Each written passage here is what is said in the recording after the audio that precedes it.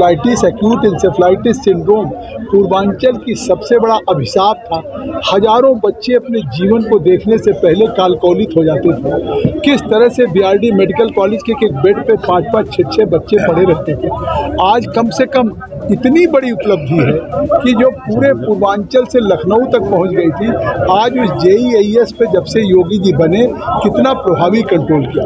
दूसरी तरफ कोरोना का जो चाइना के वुहान के लेबोरेटरी से या फिश मार्केट से वायरस निकला, दुनिया की सीमाओं को तोड़ता हुआ विश्व के सभी देश को अपने आगोश में ले लिया। उस कोरोना में भी जैसा कहा कि 30 साल 100 साल इंजेक्शन आने में लग जाता था। पहले हमारा इंजेक्शन किसी इस तरह के नए वायरस के लिए अमेरिका, यूरोप से आता था। आज अगर कोरोना आया तो आज हमें इंतजार नहीं करना पड़ा। मोदी जी प्रयोगशालाओं में गए, वैज्ञानिकों को उत्साहित किया, भारत सरकार ने पैसा दिया और 2 कोविशील्ड एंड कोवैक्सीन आज निकली है। हमने नहीं केवल भारत के लोगों को उस वैक्सीन से हिफाजत नहीं किया, 180 देशों के लोगों को, करोड़ों लोगों को हमने उनकी जान बचाने का काम किया। सर, देश की आबादी कितनी है? देश की आबादी 125 करोड़ है।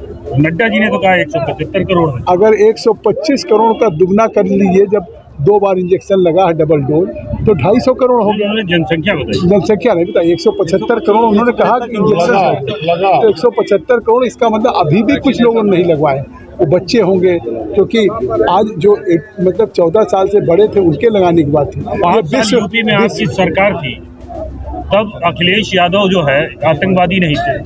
आज चुनाव का मौका आया है, कटाक्ष किए जा रहे हैं। नहीं, देखिए आतंकवादी मैं आज भी नहीं कह रहा हूँ उनको। आतंकवादियों से संबंध थे। क्यों? अगर वो आतंकवादी जिनको उन्होंने तारीख वाइज कहा कि आपको याद होगा, बलदेव प्लाजा हो, गोरखनाथ हो या वहाँ जलकल हो, वहाँ पे विस्फोट एक ही दिन में 3 जगह गोरखपुर हुआ था, 15 लोग मरे थे। रामपुर के CRPF पे अटैक हुआ था। अयोध्या की मतलब राम जन्मभूमि के पास, लखनऊ कचहरी में, काशी के संकट मोचक में, ये सब याद होगा और सब में हुआ। ऐसे लोगों को अगर छोड़ने का काम किया तो चुनाव में हम नहीं कहेंगे कि 5 साल में सुशासन की जगह पे अगर आतंकवादियों के मुकदमे वापस दिए, जिनको हाई कोर्ट ने आज आजीवन कारावास दिया और मोर देन जैसा कहा नहीं 4 लाइफ की सज़ा के बराबर बरकरार रखा। इसका मतलब उन आतंकवादियों को जहां न्यायपालिकाओं से सज़ा मिली है, सजाए मौत मिली, जीवन लाइफ इम्प्रिजमेंट मिला, उनको शायद अगर अखिलेश की सरकार रहती तो छोड़ देती, और छूट जाते तो उनके हौसले कितने बुलंद होते।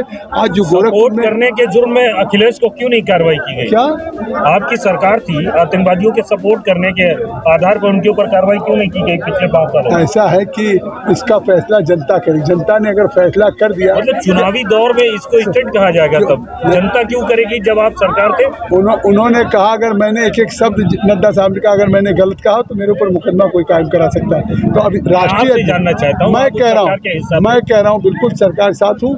जो बात आज राष्ट्रीय अध्यक्ष ने कही तथ्यात्मक कही, डेट वाइज कही, और अगर हमसे गलतियां होंगी, अगर कोई आदमी होगा जो अपराधी होगा, अगर चुनाव लड़ता है तो क्या हम नहीं कहते कि हमारे मुकाबले जो लड़ रहा है वो अपराधी है, मैं जीतूंगा तो मैं भारत की पार्लियामेंट में बोलूँगा, मैं एक I will be prove myself as a good parliamentarian on the floor of the house, I will raise the issues of this area.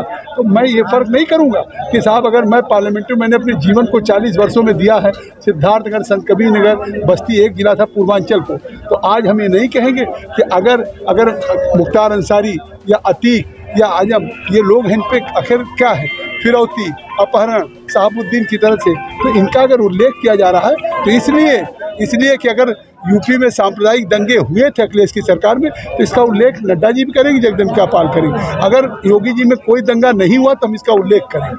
भाई, ये चीज़ देखा गया है कि पिछले 5 साल यहाँ जो है आपके मंत्री रहे श्री राम जी चौहान जी का क्षेत्र रहा, लेकिन आज भी आप ग्रामीण क्षेत्रों में चले जाइए तो विकास के नाम पर एक सड़क नहीं है, नालियाँ नहीं है, तमाम परेशानियाँ होती है। देखिए, आज हमने इस इलाके को दिया है।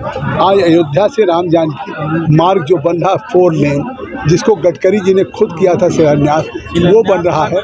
गांव में सुन लीजिए, गांव में 40 करोड़ मैं दे रहा हूँ, 40 करोड़ मनरेगा 40,000 करोड़ दिया था। लॉकडाउन में हमने 60,000 करोड़ और दिया। किसी गांव में ऐसा नहीं होगा कि सारे प्रोजेक्ट इंटरलॉकिंग ना हो रहे हो। आज गांव की हालात स्कूलों का कायाकल्प, या जिस तरीके से प्रधानमंत्री ग्राम सड़क योजना में गांव की सड़कें आज जिस तरह से सीआरपीएफ मतलब सेंट्रल रोड फंड से आई हैं, मुझे लगता है जो अभी तक आज़ादी के बाद नहीं होता उससे ज़्यादा विकास हो रहा है। सर गड्ढा मुक्ति तो हो रहा है लेकिन गड्ढा खत्म नहीं हो रहा है। नहीं, हम गड्ढा मुक्ति नहीं, नई सड़कें बना रहे हैं, उसका सुदृढ़ीकरण कर रहे हैं। बिल्कुल नहीं।